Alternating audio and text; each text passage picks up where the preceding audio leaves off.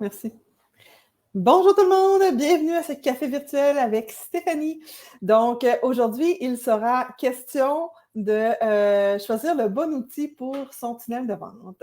Donc, c'est une question qui revient très souvent de la part de nos clients et nous, on est là pour les aider à intégrer cet outil-là, à bien le configurer pour favoriser justement le succès de lancement d'un tunnel de vente, d'un service, d'un produit, etc.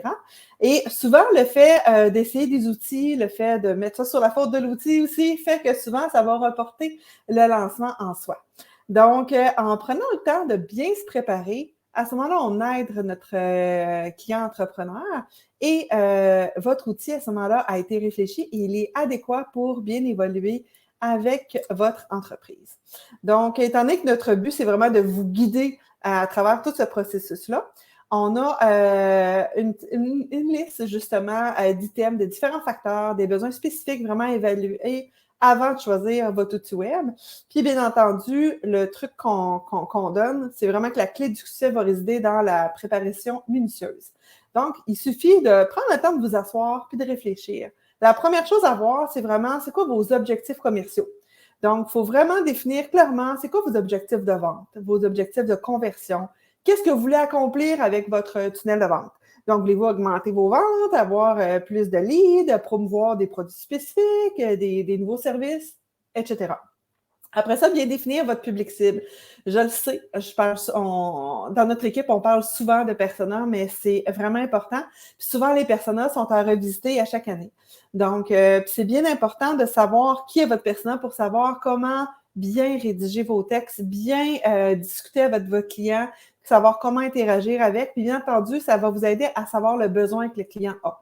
Donc, c'est qui vos clients potentiels, c'est quoi ses besoins, ses préférences, ses comportements en ligne, qu'est-ce qu'il aime lire, qu'est-ce qu'il aime faire dans ses activités, qu'est-ce qui l'intéresse dans son travail, qu'est-ce qui ne l'intéresse pas dans son travail, etc. Donc, ça, il y a vraiment une liste de facteurs qu'on peut vous soumettre et où vous pouvez vraiment vous le faire à main levée. On a un super outil chez nous qui vous aide à établir votre persona, fait qu'hésitez pas à nous le demander. Ensuite, c'est les types de produits et services que vous voulez vendre avec votre tunnel de vente. Donc, c'est-tu des produits? C'est-tu des services? C'est-tu des outils? Parce qu'il y a certains outils qui vont être comme mieux adaptés à la vente de produits physiques parce qu'il va falloir penser à la livraison et autres, tandis que d'autres vont être conçus plus pour des produits numériques ou des services. Donc, ça, c'est vraiment à prendre en ligne de compte. Et puis, ça va jouer aussi sur votre coût, ça va jouer aussi sur les délais de livraison, etc. Parce que si vous avez un produit physique et que là, vous avez votre tunnel de vente, il va falloir penser justement, comme je disais tout à l'heure, la livraison, la boîte, les étiquettes, les petites cartes de personnalisation, s'il y a du papier à l'intérieur, comment protéger votre produit s'il est fragile, etc. Fait que c'est tous des items qu'il faut vraiment penser là, dès le début. Après ça, il faut penser aux intégrations. Donc, les intégrations tierces qui vont être essentielles pour votre entreprise dans le tunnel de vente. Par exemple, le système de paiement, un système, le CRM, l'outil de courriel. Donc, si vous avez un courriel de confirmation que vous envoyez à votre client, si vous voulez envoyer un courriel pour le renouvellement, un courriel de satisfaction, name it. Donc, vous avez tout ça. Puis, avant de penser à toute cette série de courriels-là, juste le tunnel de vente, bien, habituellement, vous avez comme des infolettes qui s'envoient pour vraiment venir connecter avec vos gens. Donc, il faut avoir un outil courriel qui est assez performant, qui est bien configuré, qui vous évite d'aller dans les spams et surtout qui soit configuré avec un nom de domaine professionnel. Donc là, je veux dire, par exemple, chez nous, notre nom de domaine, c'est wdi.solution. Donc, évitez d'utiliser, par exemple, live.ca ou Hotmail ou Gmail. Donc, de bien configurer votre outil. Fait que ça, il faut prendre le temps parce qu'il y a toujours un délai de propagation à faire. Pas à faire. Il y a toujours un délai de propagation à considérer après avoir fait l'intégration. Ensuite, la facilité d'utilisation. C'est pas tout le monde qui est full techno. Donc, ça, vous le savez sûrement. Alors, c'est super important de penser que c'est un outil que vous allez devoir utiliser, pas au quotidien, mais pratiquement. Donc, il faut que vous soyez capable d'avoir une certaine autonomie. Donc, si vous n'êtes pas trop techno, ben, allez pas chercher un outil où est-ce que ça va vous demander vraiment beaucoup d'intégration technique puis de personnalisation. Fait qu'il faut vraiment évaluer la convivialité de votre outil. Fait qu'un outil plus complexe peut nécessiter une courbe d'apprentissage un peu plus longue, ce qui va affecter la mise en place rapide de votre tunnel de vente, vos ventes, votre lancement, etc. Donc ça, c'est super important à prendre en ligne de compte. Après ça, la personnalisation. Donc, pouvez-vous personnaliser les étapes de votre tunnel de vente pour correspondre vraiment aux besoins de votre image de marque? Donc, êtes-vous capable de mettre des beaux boutons qui correspondent à votre image de marque ou l'outil va avoir juste un frame de boutons ou bien il faut programmer en arrière pour mettre un bouton un peu plus sexy.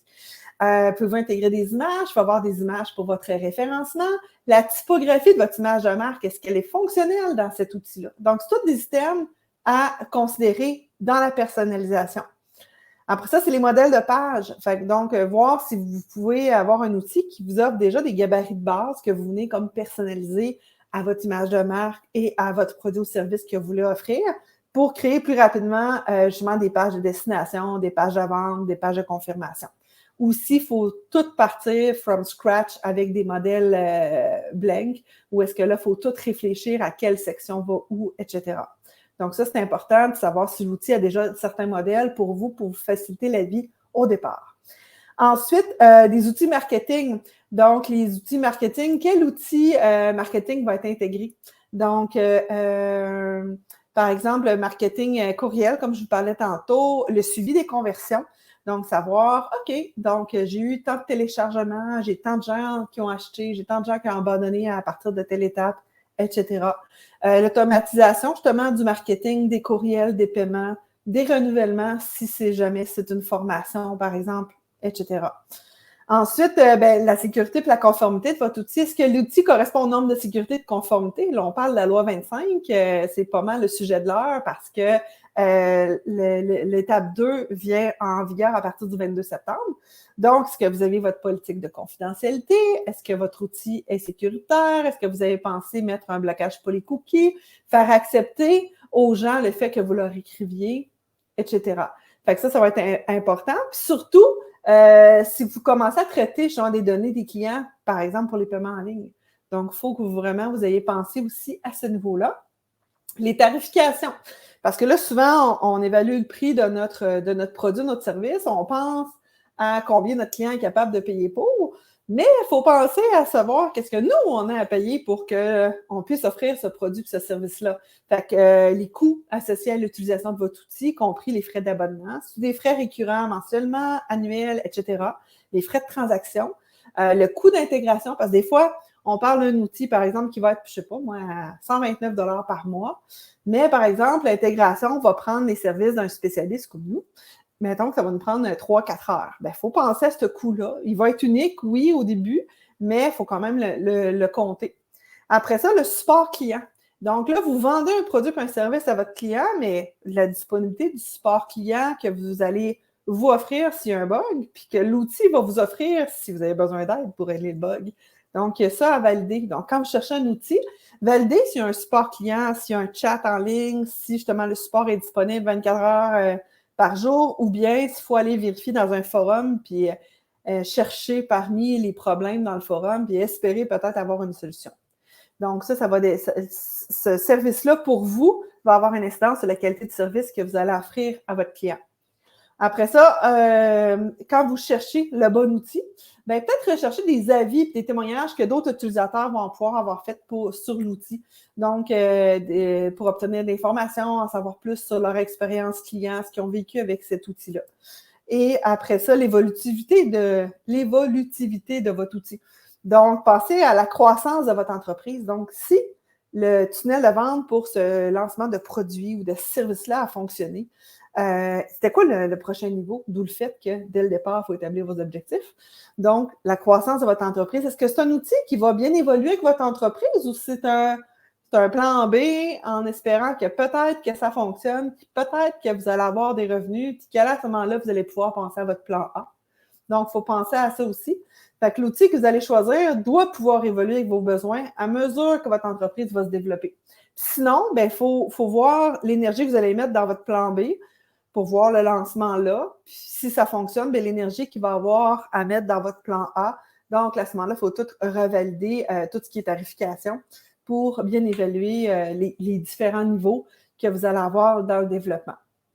Puis bien entendu, faites des tests, des essais gratuits. La plupart des outils vont vous offrir des versions d'essais gratuites ou des garanties de remboursement. Donc, des fois, il y a des versions gratuites, par exemple, essayez ça 7 jours, puis après ça, vous vous abonnez. Ou, par exemple, essayez-le, puis vous avez 30 jours de remboursement. Donc, faites des tests. Des fois, vous pouvez faire des tests aussi. Les outils, des fois, vont permettre d'avoir des démos sur lesquels faire les tests. Ça peut vous économiser un peu de temps parce que des fois, même si vous avez la version d'essai gratuite ou les garanties de remboursement, il faut quand même tout configurer un minimum pour pouvoir l'essayer. Donc, il y a du temps qui est mis. Donc, si jamais l'outil vous offre une démo, des fois, ça peut être intéressant parce que vous avez juste le temps de la démo à considérer. Donc, ça, c'est super important. Donc, choisir un outil web, c'est pas facile. Donc, faut vraiment prendre le temps de bien réfléchir.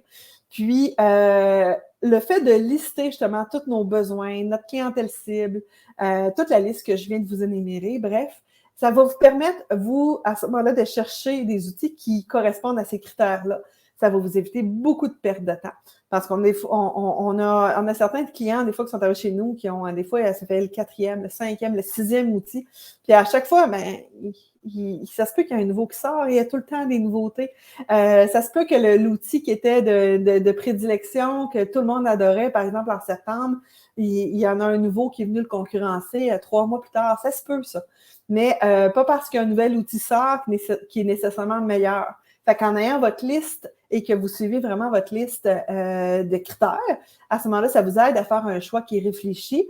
Puis un coup que votre choix est fait, que vous avez commencé à l'utiliser, puis que ça va bien, puis que le système évolue bien avec vous, puis qui correspond à vos besoins, perdez pas de temps à toujours vouloir changer 4,30 sous pour une pièce, parce qu'à ce moment-là, vous remettez tout du temps à reconfigurer le tout, puis vous venez nuire justement au fait de vraiment être au fait de vraiment être dans l'action puis de faire évoluer justement votre produit et votre service.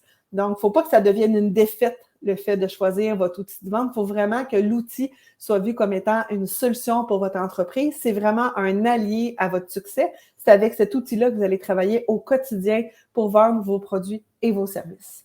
Et dans tous les éléments que je vous ai donnés, l'élément aussi qui va être à considérer, ça va être aussi au niveau de la langue. Donc, un coup que vous avez sorti tous vos critères, votre service va être offert en français, en anglais, dans les 2 langues.